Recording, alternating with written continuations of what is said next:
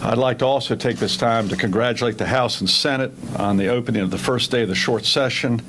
I want to especially congratulate them for taking immediate action on the coal ash bill, and we look forward to working with them on that bill and look for any ways we can improve it. We welcome them, but we're very, very pleased that the governor's bill was introduced, and I'd especially like to thank Phil Berger and Tom Apicdakis for their leadership in that effort.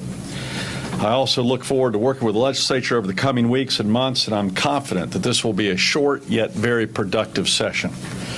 We started this budget process back in December when I asked my cabinet members, the Council of State, and other state government agencies to find 2% savings in each of their respective areas. They all submitted the savings in February, and ever since then there has been ongoing dialogue. In fact, myself and the budget team to my left and Art Pope to my right, our great budget director, have literally spent hours upon hours almost every day reviewing about every line on the budget, about anything over about $100,000 of a $20 billion budget. We've had to make some very, very difficult decisions, which we think will have a positive impact on the future. This budget proposal has already been shared with top budget legislators in both the House and the Senate, and therefore nothing in our budget should come as a surprise. There has been a lot of opportunity for all those impacted by the budget to provide us input, because we had many, many meetings with all those people who may be impacted by our decisions. Again, guiding a good part of that discussion and this process was our budget director, Art Pope. Again, I cannot tell you how much I appreciate his knowledge, his wisdom, his leadership, and the state is very, very fortunate that he has dedicated himself to public service and for $1 a year. In fact, I was teasing him earlier. Part of our budget increase is at least, a salary increase is $1,000 increase, and that means the media will say Art Pope gets 1,000% increase. But I don't think he'll accept it. But without his knowledge and experience in accounting aptitude, I don't think we'd be where we are today. So, Art, special thanks. And I also want to let you know my prayers are with your mom. I know you and your family are also going through a very, very difficult time. And as we stand here, his mom is fighting a very terrible illness. And I just want to let you know the sacrifice you've made during that time and working on the budget has been the ultimate sacrifice, and I really do appreciate it. Now, I want to keep my remarks short today and fairly quick, and I'm going to give Art the opportunity to also make some comments, and then we'll take a few questions afterwards. But I want to highlight some of the budget priorities that complement some of the priorities of this administration. Those priorities including increasing the opportunity of our citizens to get jobs, enhancing the great quality of life that we have here in North Carolina, and also keeping our state affordable. So opportunity, quality of life, and affordability. And let me first talk about opportunity and talk about a subject that's on the tips of everyone's tongue, and that's trying to help the opportunity of teachers to have a career, not just in the short term, but in the long term. In our budget, our base pay proposal will be kept in there and will ensure that no state-funded teacher will make less than $35,000 within the next 2 years. In addition, an average of 2% increase for all state-funded teachers will be implemented across North Carolina if this budget is approved. And third, an initial investment in the Career Pathways for Teachers framework that focuses on long-term achievement for both students and for teachers. We are also proposing an investment that gives teacher raises when they have an advanced degree in the subjects that they teach. State employees, another group of people that I care desperately about. I've been working with them hand in hand now for the past 14 or 15 months. And I'm proud to announce, like we did a week ago, that state employees will receive an average of a 2% raise, including benefits. Now, some state employees also, such as magistrates and state highway patrol troopers, will also receive even more of a raise than 2%, based upon the pay structures that we began implementing earlier this year. preservation, and resurfacing, all which will enhance our state's highway infrastructure. This is very, very important. Before we build new roads, let's take care of the roads we have right now and the bridges that we have right now. We also increased funding for the strategic mobility formula, one of the, I think, the biggest pieces of legislation reform that this state has seen for the past 30 years, which was passed during our first session. I want to again congratulate our partners in the legislature. We feel it's working so well that we've increased the funding for the strategic mobility formula, which puts a greater emphasis on projects that create jobs, enhance safety, and also address congestion. We're also refining an investment program which Secretary Klutz has lobbied me hard on, along with Sharon Decker, our Commerce Secretary. They've twisted my arm time and time again, but they didn't really have to twist it.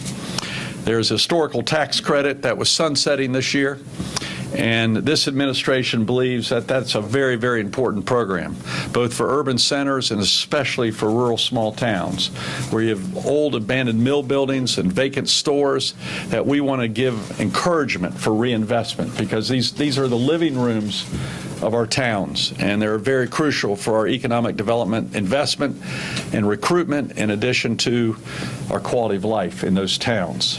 So we are refining this investment program to reward businesses that restore historical buildings to create jobs and invest in our towns and our cities. The program will also encourage investment in historical homes, and the emphasis with the homes will be in lower income neighborhoods and in rural areas. And that's one of the major adjustments we made based upon the old bill versus this new program that we're introducing today. We will also invest more resources to begin unleashing our oil and gas resources. John Scavarla and his team in Diener are working very hard with our energy director in ensuring that we can maybe get some pilot drills and find out exactly what resources are underneath our ground that we can unleash to help with our country's energy independence and help create jobs throughout North Carolina. And we put money in our budget to begin that process. Now, while we have seen signs of recovery, we must do more. And Secretary Decker is continuing to work, and my budget has funding for creating a new approach to economic development that will be streamlined, flexible, and accountable, not only in recruiting new businesses to come to North Carolina, but I want to let you know that we're putting as much emphasis on retaining existing jobs in North Carolina, and we look forward to having some exciting announcements in the near future on some of the great work that Secretary Decker is doing in that area. Now, the quality of life of North Carolina is another very, very important part of this administration's strategy. My dad used to say when he was a small-town city council member, he said, we must walk the fine line between continuing economic prosperity while also protecting the quality of life, which brought many of us here. And that applies right here to North Carolina, from the mountains to the Piedmont to the coast. And we want to protect our natural resources and our water. And the fact of the matter is there's been one issue that has been neglected in North Carolina for the past 60 years, and that is the coal ash issue. And that is why in my budget I am proposing an additional 19 positions to increase oversight in coal ash ponds throughout North Carolina. There will also be additional money in the budget for laboratory and field equipment that aids in the monitoring of our coal ash ponds throughout North Carolina. We also promise a new culture of customer service. I told Tony Tata we need to fix DMV. We had a great announcement recently in Cornelius and Huntersville area where we introduced the prototype DMV office, where we're going to reduce the waiting line for driver's license and other needs in our DMV, and it's already working. This budget pays for substantial technology upgrades that will allow customers to access DMV services through self-service kiosk, table computers, or smartphones, as well as through DMV call centers and high-volume DMV offices. We need to continue this progress because that saves our citizens time so they can have a great quality of life or be productive in their businesses. There's one other area that I talked about yesterday in Greenville, North Carolina, and that is the issue of addiction and substance abuse. And I also mentioned this in my State of the State speech during my first month in office. We will provide more resources to educate, enforce, and provide treatment for substance abuse and addiction, issues that are impacting our families, our communities, and our schools. As I said yesterday in Greenville, when a parent drops off their 18 or 19-year-old child at a college campus, they're our responsibility. They're on our state property. They're on our university land. And we need to help protect them. And that includes enforcing the law of drugs and alcohol illegally being used, but it also involves helping people who may be addicted, because we want these kids to take advantage of the incredible universities and schools that we have throughout North Carolina. And you can't do that if you continue to destroy your brain.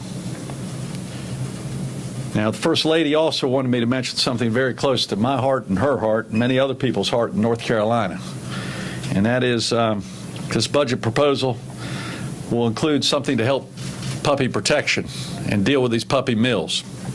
This budget will transfer the animal welfare section of the Department of Agriculture to the Department of Public Safety, which our Commissioner of Agriculture agrees with, to provide greater coordination with local law enforcement, which will further help protect our household pets. And did you hear that?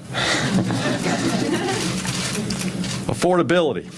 Listen, one thing that the legislature and myself have been working on is how can we make this state affordable for families and also job creators and businesses throughout North Carolina. We made some tough decisions regarding tax reform, and I'm very, very pleased with the outcome of those decisions. But we also have to make other tough decisions to make this state affordable. We've asked all agencies to look for savings and increase their efficiencies. In fact, I personally decided to sell the state helicopter that many governors before me were using. I have yet to use it, primarily because of its high cost and inefficiencies, so we're going to sell it and put that money back into the general budget. We are also revising our film strategy in order to encourage long-term capital investments versus short-term projects with short-term returns.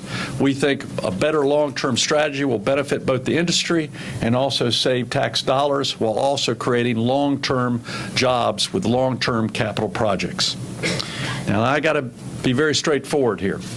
Many departments and agencies will be implementing savings next year to meet our budgetary goals. They are also going to have to make some tough decisions. These agencies include my own office, the Department of Administration, Aldona Voss and DHHS, Secretary Gray with the Department of Revenue, the entire university system, and many others. We're all going to continue to have to look for ways to reduce spending and look for efficiencies. And we based our budget upon continual savings and prioritizing what we need to have the impact, our affordability, and our quality of life, and the opportunity for the next generation. Now, we've reprioritized spending based upon our biggest needs, and that especially includes raises for our teachers and raises for our state employees. We're also putting money aside, and this is something my budget director has stressed from day one since I got here. We are putting money aside so we're better prepared for the unexpected. And these days, in the ever-changing world and competitive spirit and changing economy and what's happening in Washington throughout the world, you never know what will happen with the economy or with natural disasters. And our Pope and myself firmly believe that we have to have sufficient money in reserves to meet those needs. And thankfully, we made that decision last year also. Our budget will add $50 million to the state's saving reserve account.